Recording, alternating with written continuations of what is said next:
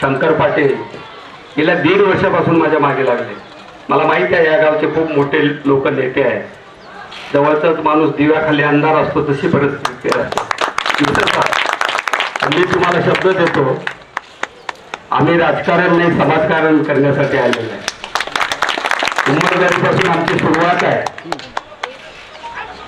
हे दाखवण्यासाठी नाहीये, हे मनातून आहे। मी तर हात जोडून त्यांना विनंती केली की तुम्ही सत्ताधारीचे जे लोक आहेत, मान्यवर आहेत, त्यांच्या हस्ते कार्यक्रम घ्या। साहेब म्हणे लोकांना कळू द्या, तुम्ही कुठल्याही पदावर नसताना एवढी मोठी मदत आम्हाला केला।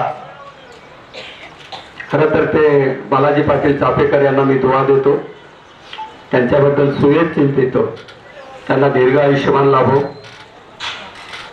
या नगरीचे सगळे ग्रामपंचायतचे सदस्य या सगळ्यांना सुयश चिंतितो आणि हा चांगल्या पद्धतीने रस्ता आपण करून घ्या, ही आपली सुरुवात आहे। सावंतजी या ठिकाणी बोलले किंवा तांबोली बोलले की काही गावात आपल्याला काम करायचं आहे, पण मला माहित आहे आमचे नेते शंकर पाटील आपल्याला सगळ्याच गावात काम करायचं आहे। तिथे शिवाजी पाटील गुजरात उपस्थित आहे, आपण कुठलाही भेद न करता काम करणार आहोत। आपण येणाऱ्या काळामध्ये मला भारतीय जनता पार्टी, शिवसेना तर आमचं माहेरघर आहे, राष्ट्रवादी काँग्रेस, उभाटा, RPI, म्हणजे आठवले साहेब असतील, आंबेडकर साहेब असतील, बच्चू कडूची स्वाभिमानी संघटना, माधव जानकरांची संघटना, अशा कितीतरी लोकांचा आम्हाला पाठिंबा आहे। बालाजी पाटील खतगावकर येणाऱ्या मुख्य कंधार विधानसभेसाठी मी तर म्हणेन सर्वपक्षीय उमेदवार राहणार। राजकारणाच्या पल्लावर आपल्याला काम करायचं आहे। या राज्याचे नेते, आदरणीय शिवसेनेचे आमचे नेते, आदरणीय मुख्यमंत्री एकनाथरावजी शिंदे यांच्यासोबत मला काम करायची संधी मिळाली। मी 25 वर्ष त्यांच्या जिल्ह्यामध्ये विविध पदावर काम केलं। 5 वर्ष मला त्यांच्याशी डायरेक्ट काम करण्याची संधी मिळाली। मंत्रिमंडळाच्या जे मुख्य कार्यालय असतो मंत्रालयात, मुख्यमंत्री कार्यालयात, त्यांच्यासोबत सचिव म्हणून काम करायची संधी मिळाली। एकनाथजी शिंदे साहेबांची समाजाच्या प्रती असलेली तळमळ, माता भगिनीच्या बद्दल असलेला आदर, शेतकऱ्याबद्दल, कामगाराबद्दल, युवकाबद्दल, विद्यार्थ्याबद्दल, असंख्य असं समाज बांधवाबद्दल असलेली त्यांची तळमळ, गेले 5 वर्ष आम्ही 24 तास काम करतोय। ज्या काही मोठमोठ्या योजना तुमच्यापर्यंत आलेल्या आहेत त्याच्यात आमचा खारीचा वाटा आहे। इथं आया बहिणी उपस्थित आहेत, तुम्हाला जे काही निधी तुमच्या खात्यात आलेला आहे हा तुमचा हक्क आहे। हा निधी देण्याचं मुख्य कारण म्हणजे ज्या भूमीत आपण जन्मतो त्याला आपण माता म्हणतो, ज्या उदरी जन्मतो ती आपली माता आहे।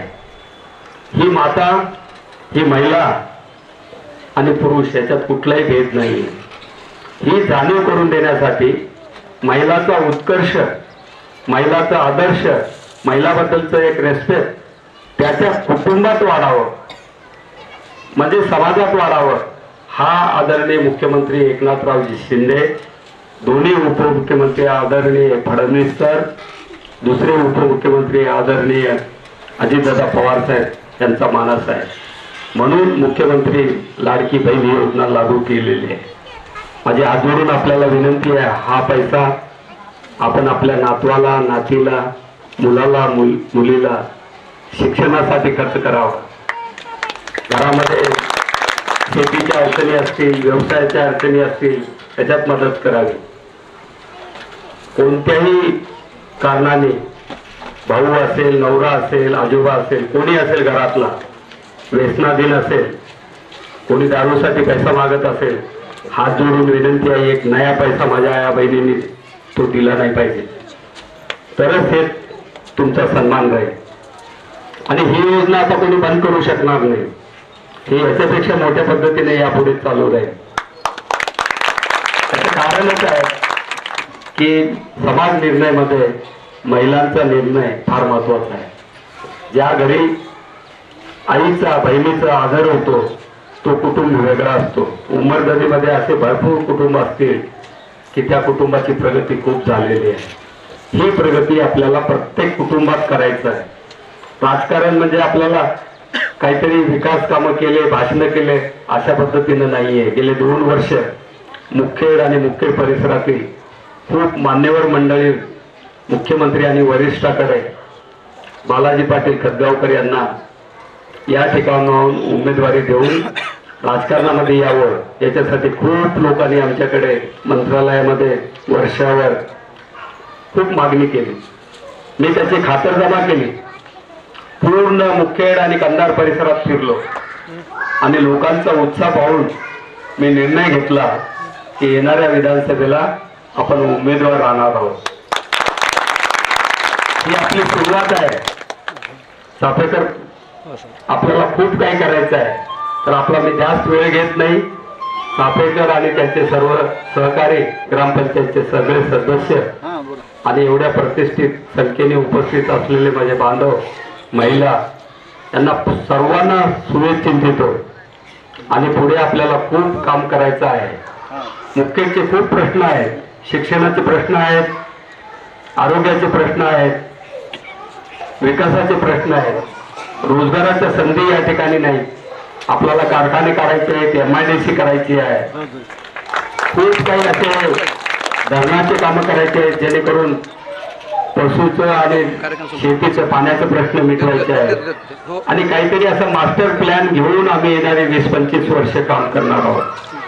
आता मी विहित वयोमानानुसार सेवानिवृत्त झालेला आहे आणि हे समाजकारण करण्यासाठी या मान्यवरांच्या सगळ्यांच्या आशीर्वादाने या ठिकाणी मी उपस्थित आहे.